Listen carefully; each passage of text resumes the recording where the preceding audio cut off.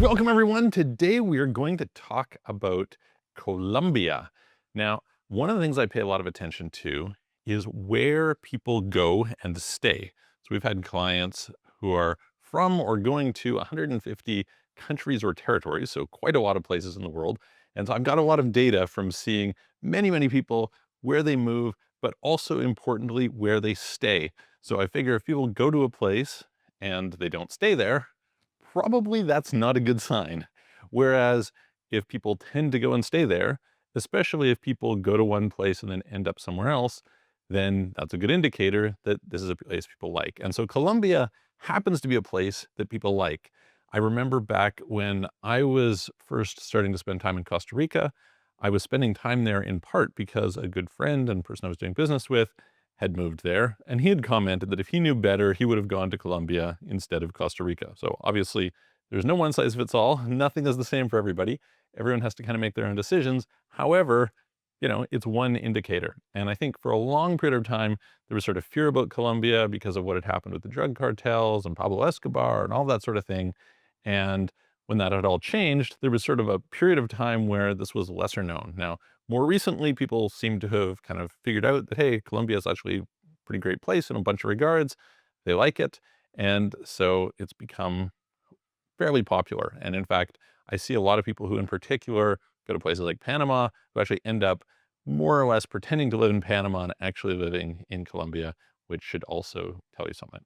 So we're going to talk about today, what are all the different ways that you can get residency? I'm going to go through a lot of details for you guys in terms of what qualifies for citizenship, who can be added as dependents, what are the criteria, how long does it take, and therefore hopefully help you a little bit with your decisions accordingly. Now, Colombia happens to be one of these places that is quite cost effective to live. So the quality of life relative to the lifestyle that you can get is pretty good by global standards. And if you're interested in that, it is one of our places that we have in our free guide, which you can go and download and follow along with me. We go through 10 places that you can move, where you can live a great quality of life for relatively low cost. And so I would encourage you to go and check it out. There's a link in the description below, as well as it should be our first pinned comment. You can go and you can click to get that. It's free, and then you can follow along in this as well as others. And I'll be going through and I'll be doing some future videos about Colombia, as well as about all sorts of these other places. And so be sure to hit the subscribe button and hit the notification bell so that you can follow along with all of those in the future. Okay, let's dive in. So the thing to understand first and foremost about Colombia is they essentially have 4 statuses, okay? So the first status is what they would call a V permit. And so this V category is visitors. Okay, so normally it's short stay people. Okay, so if you go there as a visitor, as a tourist, you're on a V. The exception to that is digital nomad visas, and so that's the one that I'm going to talk quickly about before we get into these others. The second category is M. This is migrant category. And so this is for people who are getting typically a 1 to 3 year visa. So it's a longer term visa. And notably, these lead towards citizenship sort of indirectly. They lead there via the third category, which is R. Okay, so this is the permanent resident category. And so you get sort of a different set of bands. I'm going to go through and explain each of these for you in a second. And you need to have the R in order to go to citizenship. Now, it used to be prior to 2022 that there was actually a direct path to getting this R status. Now you typically have to go through the M status first, and then you get the R status, and then you get citizenship. And so the last category is, in fact, citizenship. And citizenship in Colombia is pretty decent if you can qualify for it. We'll again go through kind of the specifics for you in a minute. But for some reference, you can have access to most of the world that most people would want to go to, typically in some regards better than a lot of the citizenship by investment programs. So notably, you have Mexico, you have basically all Latin America, you have the Schengen zone, you have Russia, you've got various parts of Africa, Asia, etc. The main areas that you don't have, which tend to be excluded from a lot of these, are the US, Canada, Australia, New Zealand, South Africa, Japan, and China. So those are the ones that you won't get that people would typically maybe look for in some sort of another passport. Oh, sorry, and UK and Ireland. Those are the notable exceptions. So if you kind of are not looking for those, then it's a great passport, and I think it's like a good backup passport. They do allow dual citizenship, so that's awesome. And so, yeah, definitely not bad. So let's go through quickly. So as I said, the V status, which is visitor normally, but happens to include digital nomad, allows you to get uh, initially typically a 1 year, but you can have 2 year uh, stay. This notably comes with no minimum stay requirements. So I'll get later into the minimum stay requirements on some of the other visas because that's fairly important. But this has no minimum stay requirements. It's also a little bit faster, a little bit easier to get than some of the others. Although granted, some of the others do not take that long and the criteria are quite similar. So there's a really important concept when we're looking at Colombia that you need to know, and that is they have this term which basically means the minimum wage in the country. And so everything is determined as a multiple off the minimum wage. Now, obviously, that's determined in the local currency. And so, you have both the changing minimum wage every year. Usually it's set in January, if I recall correctly. And you are also in a situation where you may have currency fluctuations. I'm going to like approximate it for you here and we'll have sort of a loose idea, but you do have to watch that it changes slightly. So to qualify for a digital nomad visa at this point, you need to have 3 times the minimum wage in terms of your income that you can prove over the last 3 months. Okay. And the minimum wage, the 3 times works out to approximately 1,000 US dollars at the moment. Again, kind of varies, etc. But approximately you need $1,000. Now, you can usually get this visa in 30 to 45 days, sort of that range, and it can be done, actually it can be done from within the country even, but also from without the country, and is a fairly expedited process. So that's sort of the initial option for people who are interested in going and spending time there. It allows you to effectively live there. It does not lead to an R category, right? So you can't get permanent residency through there. It doesn't count towards citizenship or anything like this. It just is a little bit more expedited and it gives you a reasonable amount of freedom. So that's the appeal of the digital nomad. Okay. The second is we're talking about the M category. And in the M category, there's technically a bunch of them. Like there's a volunteer one and there's a student one, things like this. I'm going to focus mainly on the investor one. And well, so there's 2 categories of investor. One, there's real estate investment, which is a higher amount, and there's investment in a Colombian business, which is a lower amount. Okay. So investment in the Colombian business is 100 times that minimum wage. Okay. So it's, approximately around 30 some odd $1,000, somewhere in that range. So fairly attainable. Certainly, you can work things to set up and have that for you, no issues. If you want to do real estate, it's 350 times that. So again, approximately $100,000, maybe like a little bit less, but somewhere in that range. Okay, so you kind of think to yourself, okay, if I want to go and buy an apartment or something that is $100,000, I can probably qualify for this particular visa. Now, these visas require that you visit Colombia once every 180 days. Okay. So all the M visas typically, most of them, require that you're going to visit, you're out of the country no more than 180 days consecutively. Now, they don't automatically cancel your visa. Okay. That isn't, so in theory, you could be out longer and maybe nothing happens to you. But if they do kind of get an automated trigger on it or something, then you could lose it. You might not be able to get it renewed if you go to renew. And certainly they could do some random spot check and they could take it away on that basis as well. So Colombia, I find, is not the most organized place in the world. And so it, chances that you get caught maybe a little bit lower, but certainly something you should definitely keep in mind. Okay. You could also, by the way, get the third category that is or the third one that is quite typical for people who we would deal with would be some sort of a pensioner visa.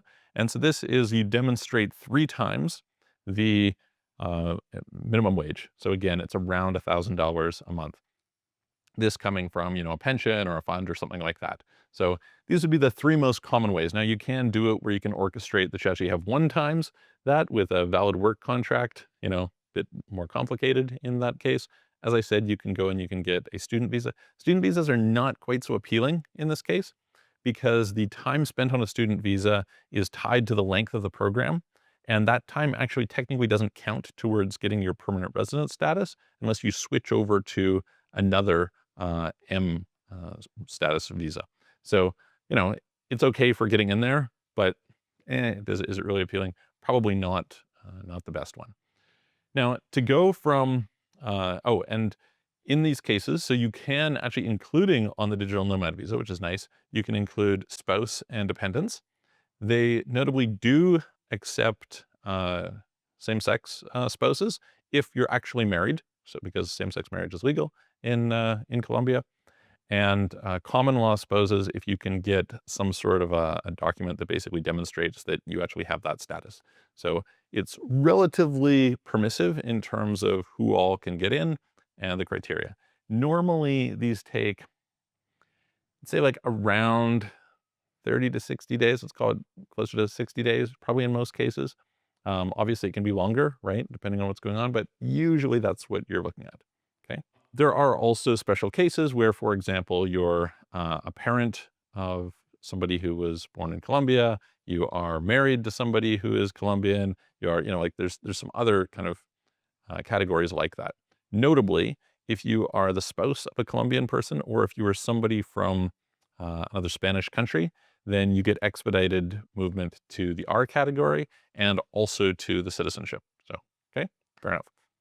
Now, to qualify for the R category, you have to have 5 years on that visa. Okay, so 5 years of residency. This is normally, right? Again, if you're married or something like that, then it's expedited. In the case of marriage, it's 2 years. I believe it's 1 year if you're talking about coming from another Spanish country. So, you've got that. But for most people, this is going to be the situation, right? And so you have your 5 years of residency. Notably, there is technically not a minimum number of days that you have to put in order to qualify. However, uh, they will look to see that you're showing signs of settling. So, okay, great. So that gets you to the R category. Now, the R category, what does it do?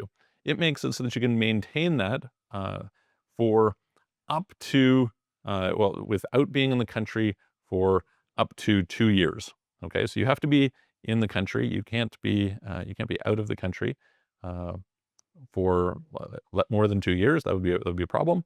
And so you should basically come and attend, you know, fairly, like basically once a year or something like that. But you don't have the same level of criteria for staying there that you would have if you were under an M category. Okay. And notably, by the way, on those investment visas that I mentioned with the investment in the Colombian business or the investment in the real estate, so these are typically up to 3-year residency permits, which is kind of appealing. Some countries have like a 1 year and you have to renew all the time.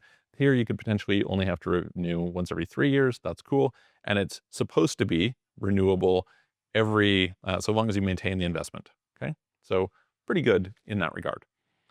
Now, it's 5 years on the R visa, or the R category, the permanent residency. It's technically not a visa, I guess, but the residency permit in order to qualify for citizenship. Okay. Now you also have to learn Spanish. Hopefully, if you're spending a bunch of time there, you are learning Spanish because, realistically speaking, it's going to make your life a lot better if that's the situation.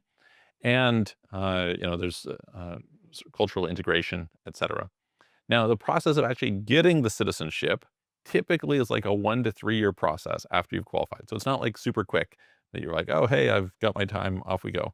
Again, the way that the law reads, there is technically not a specific number of days that you need to spend. Although if I recall correctly, you're not allowed to be out of the country more than a year at a time during that. And again, they'll kind of look at, are you actually kind of showing signs of uh, integrating into the country? So yeah, these things are important.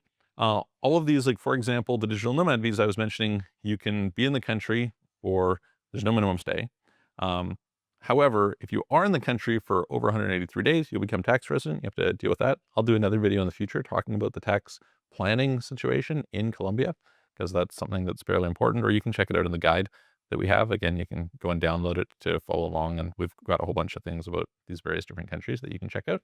So you can go and get that. And so these are kind of the main things that I think are probably important for you to know about that. We'll in the future cover some of the best places and what are the costs like, and like I said, what the taxes are like, etc., as well as some competitive countries.